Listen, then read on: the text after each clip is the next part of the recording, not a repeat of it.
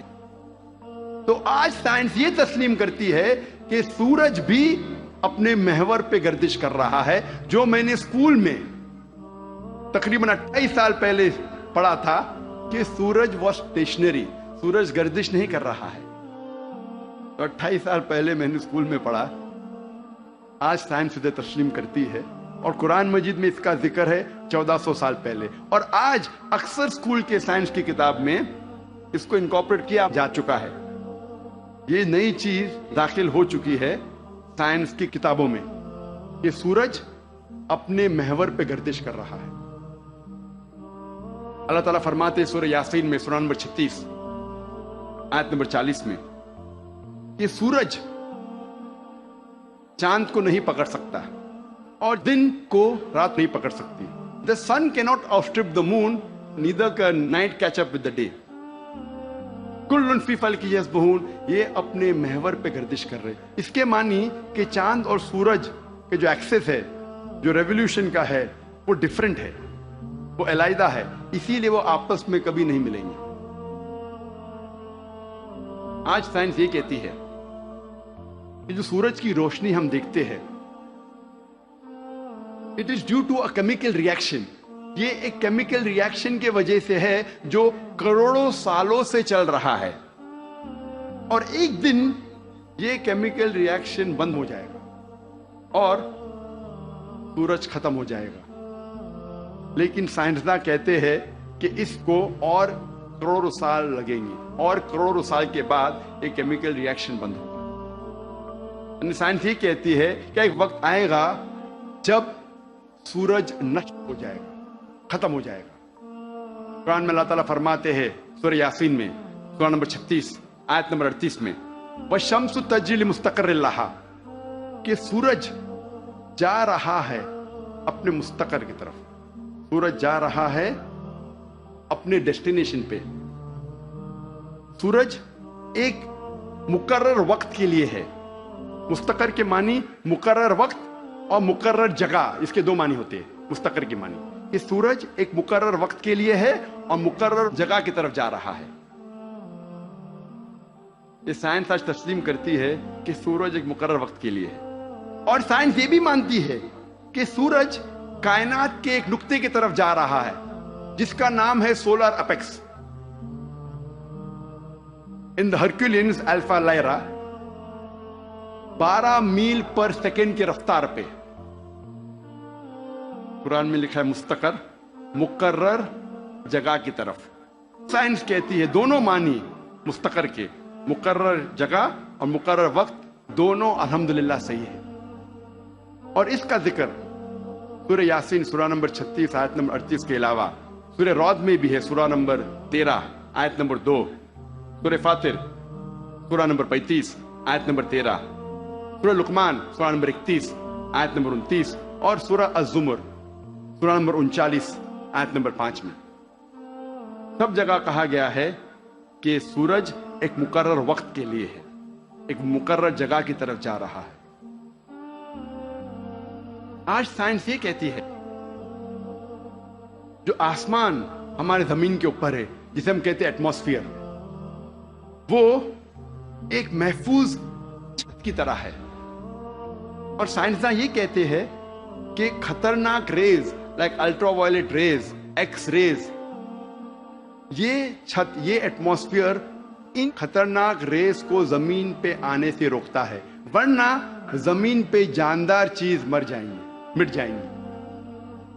قرآن میں اس کا ذکر ہے سورہ انبیاء میں سورہ نمبر 21 آیت نمبر 32 میں کہ اللہ سبحانہ و تعالیٰ نے آسمان کو ایک محفوظ چھت بنایا، a protected ceiling, a canopy well guarded. آپ سوچ سکتے ہیں قرآن میں اس کا ذکر 1400 سال پہلے ہے، جو سائنسدان نے حال ہی میں 50 سال پہلے، 100 سال پہلے، 150 سال پہلے کہا کہ یہ ایٹماسفیئر از اے پروٹیکٹڈ سیلنگ. جب میں اسکول میں تھا تقریباً 28 سال پہلے، میں نے سائنس میں سیکھا تھا there are 3 types of matter: solid, liquid and gas. 3 قسم کے مادہ تھے، solid, liquid and gas. آج سائنس یہ کہتی ہے کہ 3 مادہ، 3 states of matter کے علاوہ اور بھی ہے.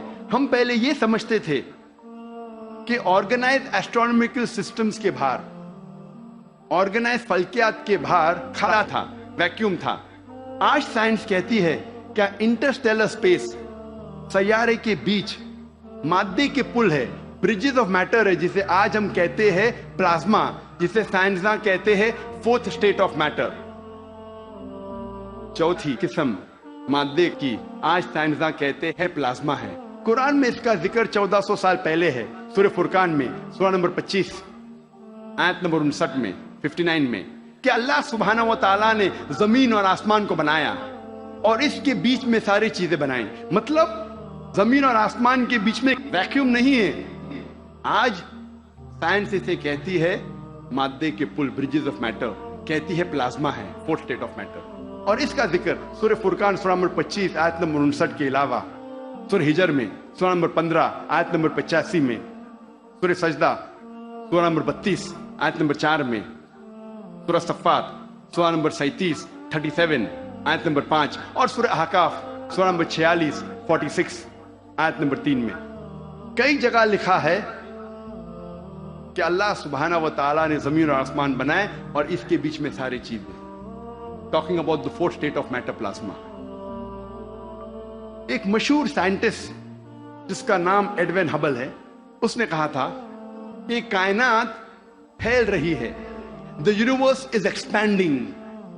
اور قرآن میں اللہ تعالیٰ فرماتے ہیں سورہ ذاریات میں سورہ نمبر 51 آیت نمبر 47 آیت نمبر 47 میں کہ ہم نے یہ کائنات بنائی پھیلتی ہوئی. عربی لفظ مؤسیونا، پھیلنا، اور آج سائنس اس کو تسلیم کرتی ہے کہ ہماری کائنات پھیل رہی ہے. Our universe is expanding. کئی دشمن اسلام یہ کہیں گے, جو کرٹکس آف اسلام یہ کہیں گے کہ قرآن مجید میں فلکیات کا ذکر ہونا کوئی عجوبہ نہیں, نتھنگ گریٹ, کوئی بڑی بات نہیں ہے کہ قرآن مجید میں فلکیات کا ذکر ہے, کیونکہ عرب فلکیات میں ماہر تھے. میں اس بات کو مانتا ہوں کہ عرب فلکیات میں ماہر تھے, لیکن ان سے یہ کہنا چاہتا ہوں کہ قرآن مجید نازل ہونے کے بعد کچھ صدی بعد عرب فلکیات کے میدان میں ماہر بنے. تو قرآن مجید سے عرب نے فلکیات سیکھا, نہ کہ الٹا. وآخر دعوانا الحمدللہ رب العالمین.